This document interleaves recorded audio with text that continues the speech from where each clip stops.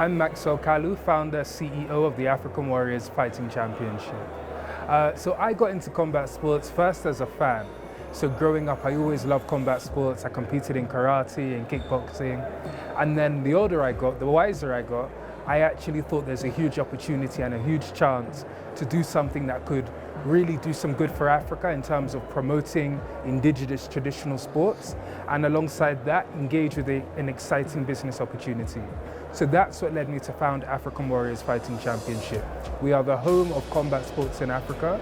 We are working very hard to modernize and take combat sports on the continent to a new level. So primarily we promote Dambe, which is traditional kickboxing native to northern Nigeria. We've been able to build a global audience for it, over 700 million views on our content and a global audience for it.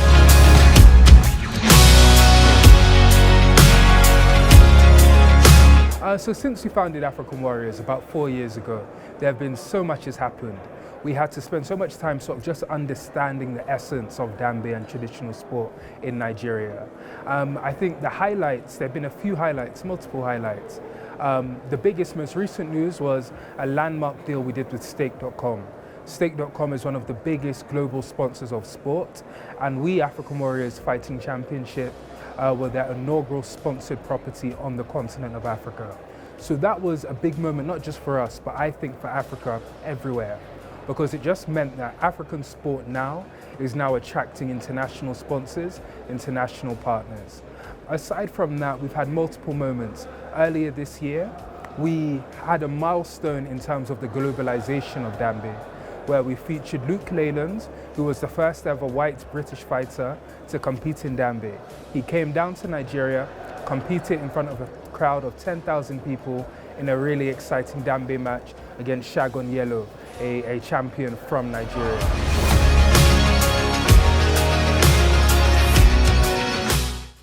In terms of difficulties, of course, building a business, building any business is never a smooth journey. Our business is particularly crazy, I would think. We've had multiple challenges. I would say the key thing has just been winning hearts and minds, especially people sadly at home.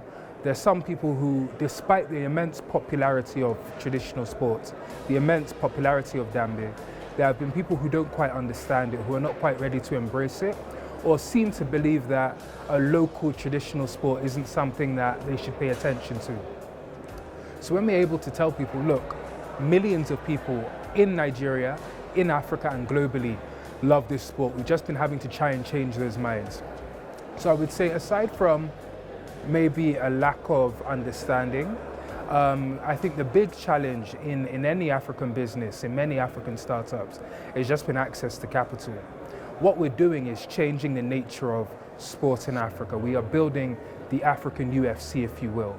The UFC was bought around 2000 for $2 million and sold for $4 billion in 2016. So there's a huge market opportunity here, estimated 550 million global fans.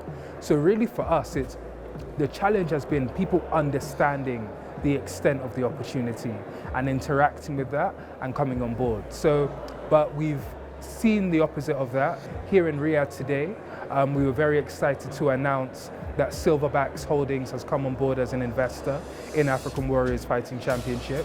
That's our first institutional investor, and we look forward to welcoming more. So the challenges really have been lack of support, lack of investment, but we're turning both of them around.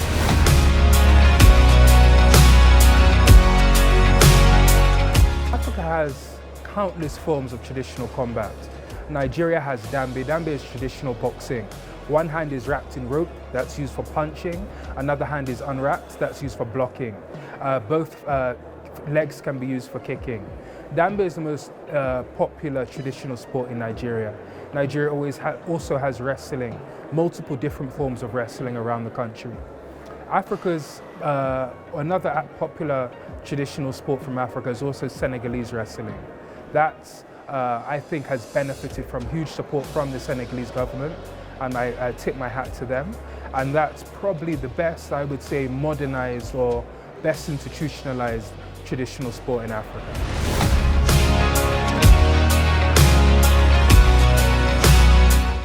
It's important to develop traditional sports in Africa for multiple reasons. There's from the starting point of cultural preservation. These are sports that speak back to centuries, if not thousands of years of culture. These are traditions that must very much be kept alive. But then aside from that, there's a huge and very important revenue opportunity here.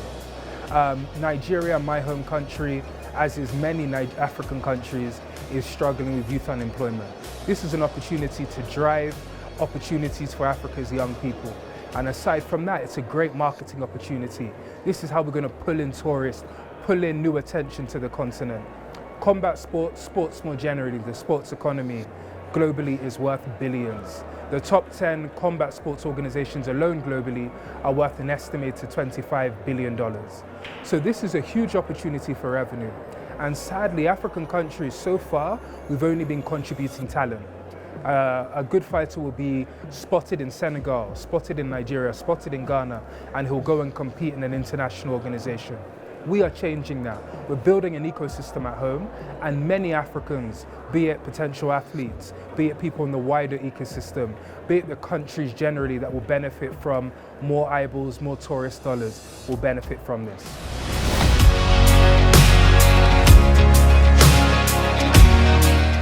Before sort of launching African Warriors, I think there are multiple people that I've always looked up to. I think most boxing fans, I've always been a huge combat sports boxing fans. I would speak to the legend Muhammad Ali. I think sort of just in terms of what he did for demonstrating the personality, the intelligence around combat sports, I think is huge. I'm also a fan of a lot of anybody flying an African flag, competing. I'm always the one cheering for them.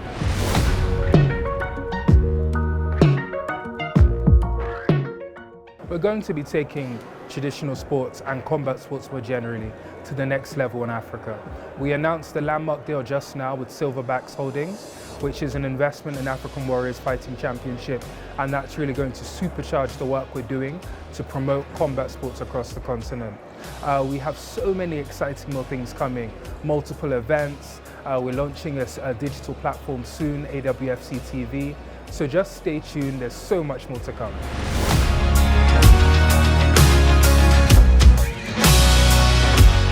I think for the young African interested in sport, it depends. If you're an athlete, I would say work on perfecting your craft.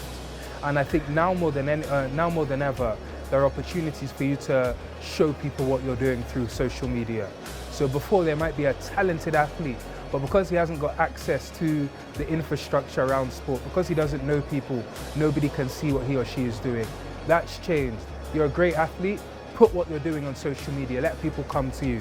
For people in the business of sports, I would just say we need all hands on deck. We need more people in an ecosystem. A rising tide lifts all ships, and we need multiple ships there. So I just say get involved. If you have a passion, act on it, collaborate. I'm always happy to work with people. You can find me on LinkedIn, Maxwell Kalu. You can find me on email, mkalu@africanwarriorsfc.com. I would advise the young African that wants to get into sport to build, go everywhere and talk loudly and proudly about what you're doing. If it's in your city, go and speak at conferences, do events, and then go international. Now is the best ever time for Africa to go international.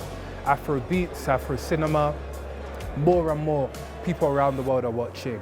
So there are more eyes on Africa, and I think if you're a young African with a project, take it global.